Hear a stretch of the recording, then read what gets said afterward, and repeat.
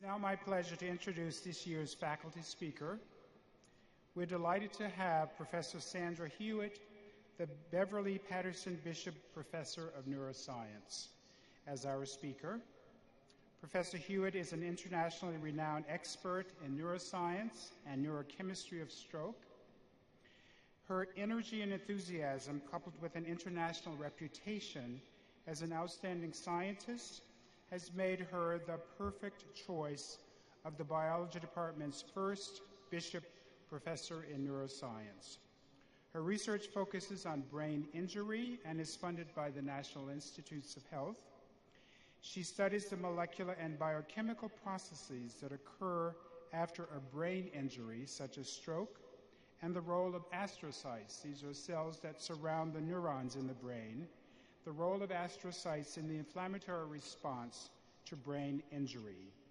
She has been honored in many ways with the Donahue Investigator Award from the Patrick and Catherine Weldon Donahue Medical Research Foundation, the American Heart Association's Established Investigator Award, and the American Society for Neurochemistry Jodie Folk Pye Memorial Award. She holds a degree in pharmacology and toxicology from Michigan State University, and she came to SU from the University of Connecticut Health Center. Since arriving, she has engaged scientists from across the campus to develop programs in neuroscience.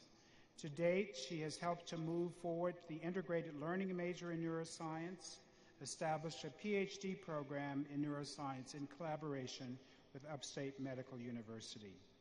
I'm delighted that she agreed to be our speaker today. Please welcome Professor Sandra Hewett.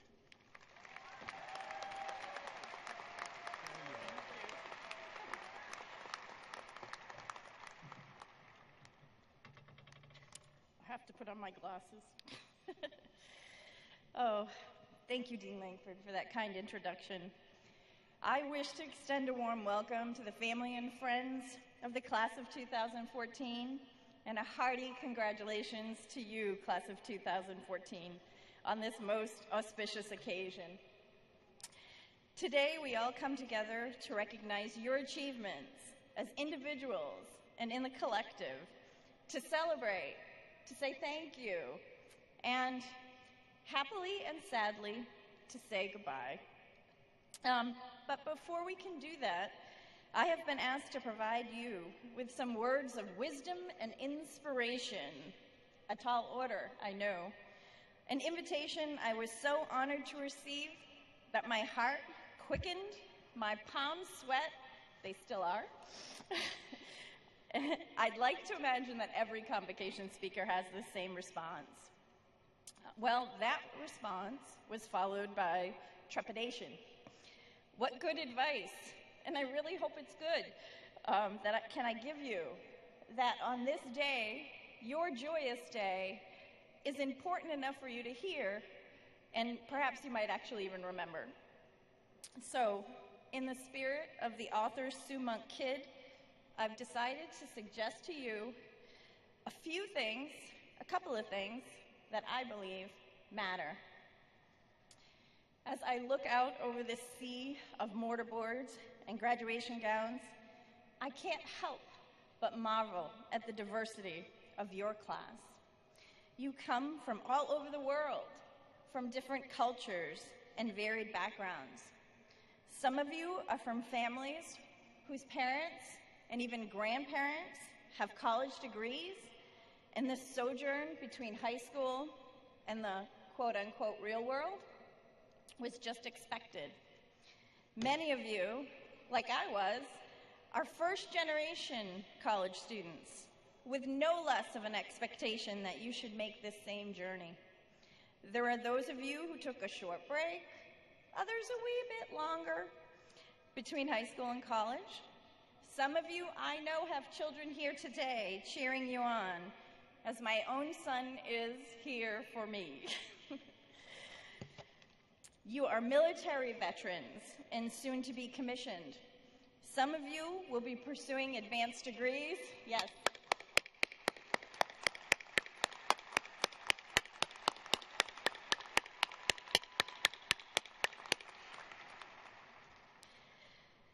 Some of you will be pursuing advanced degrees. I know, I wrote a lot of letters this year. Some of you will become gainfully employed, and still others, as a student recently told me, Violet, I know you're out there, will follow where the winds blow. But today, you have one thing in common. You work diligently, persistently, even passionately towards this singular goal. Today, the prize is in sight. You, soon-to-be college graduate, kept your eye on the ball. Okay, I know it wandered over to Chuck's and over to those really big houses on Comstock Avenue. You know what I'm talking about. But you are here today, and you will attain your college degree, or at least those really pretty pins, just as soon as I stop speaking.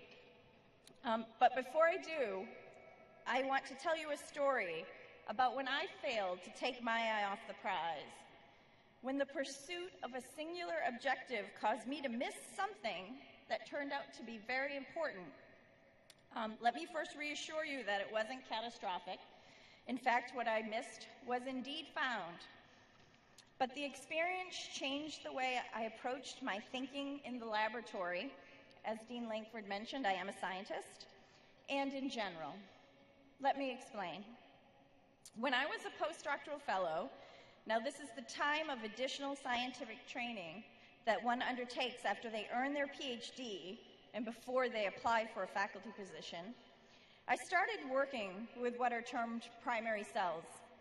What these cells aren't so important, but what you need to know, as this is a very time-consuming, labor-intensive, and expensive process.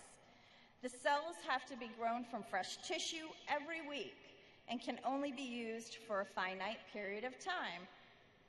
So my husband, a smart and capable scientist himself, asked me why I was still doing this when we, meaning he, could immortalize my cells. Basically, this would make them self-renewing, perpetual, if you will. I would be able to grow or propagate my cells in culture indefinitely. So, using the magic of modern science, he set about the process and did indeed successfully immortalize my cells. They grew beautifully and for all intents and purposes appeared, outwardly at least, normal. This is until I tried to produce the response from those transformed cells that I'd been studying all along in my primary cells. It didn't work. The cells no longer responded. So effectively, those cells were worthless to me. At least, so I thought. So I threw them in the deep freeze and forgot about them. So I'm figuring at this point you all realize this might have been one of my first mistakes. So yes, I forgot about them until about 3 years later. At this time, we had moved to our first faculty positions at what was going to remain an unnamed former Big East rival, but UConn. And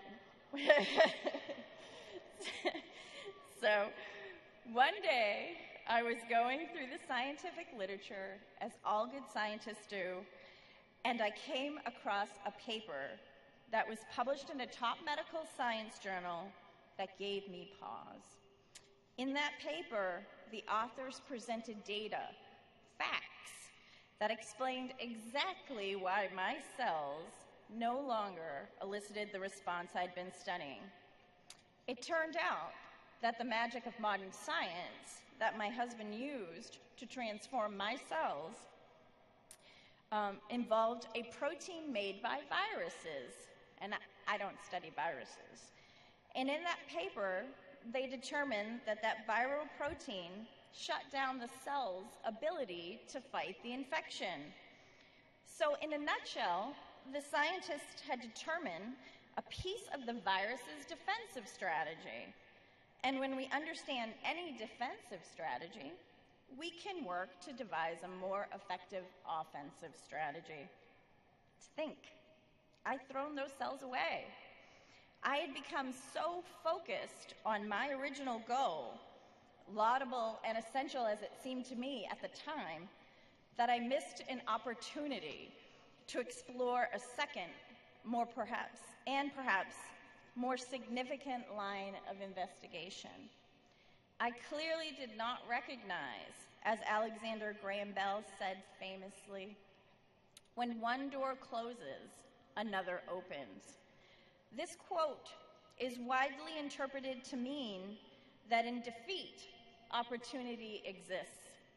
However, I would like to take some license, add a bit of nuance, and suggest to you that it also might mean that opportunity can exist in unexpected places, following unexpected events, and in our case, with unexpected results.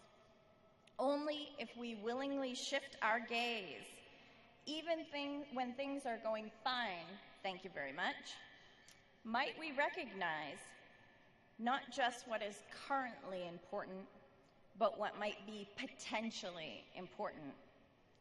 Not coincidentally, this is exactly how I ended up at SU. But what I told you is pretty cut and dry. We made a change and it altered the result completely. In science and in life, unfortunately, results are really that clear-cut. In the laboratory, we painstakingly repeat our experiments to determine whether the results are reproducible. And yet, there will always be some piece of data, some information that doesn't agree with the majority. It's distant from other observations. These results are termed outliers. I imagine this term means something similar to all of you. Outliers are different. They might be so far removed from the main group that we dismiss them, or they could sit just outside and complicate our interpretations. As scientists, we can employ mathematics, statistics if you will, to legitimately remove that data point from our data set, the one that deviates from the average measurement. It must have occurred by chance, right? By happenstance, because you, Winston, didn't do the experiment correctly. Well, that is what we think some of the time. But should we? Is it possible if I, you, or we look really closely at those outliers that we might find something interesting, something that forces us to test our assumptions, in scientific parlance, to rethink our hypothesis? This anomaly, as it were, just might provoke us to think different. By the way, that's an old advertising slogan of Apple's. We all know how thinking differently has worked for them. In fact, show of hands or loud clap for everyone currently on their iPhones. I knew it. Well, what I have found is that paying particular attention to that which does not fit the norm allows us to avoid groupthink, the acceptance of conventional wisdom.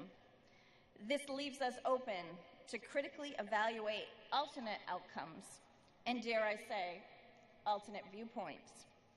By doing so, we resist continuing to do things the way they've always been done. Complacency, conformity is lost. In the words uttered to me by one of my research assistants when I mused about devising a new scientific method, if it worked that way, someone would have already figured it out, would be banished from our vernacular forever. By the way, they didn't. We did. And so I challenge each of you to ask questions constantly, to collect information, data, to analyze the material, results, to refine or reformulate new concepts, hypotheses, to test them, experiment, and to implement them, execute. For it is by pushing boundaries, by focusing on what lies outside the norm, recognizing what might be potentially important, though perhaps not of immediate importance, that discovery and innovation in science, medicine, philosophy, public policy, economics, education, art, film, dance, insert your favorite discipline here, is made. So class of 2014, identify the outliers, better yet, be one. Congratulations, class of 2014. On behalf of the entire faculty, I wish you happiness, good health, and success.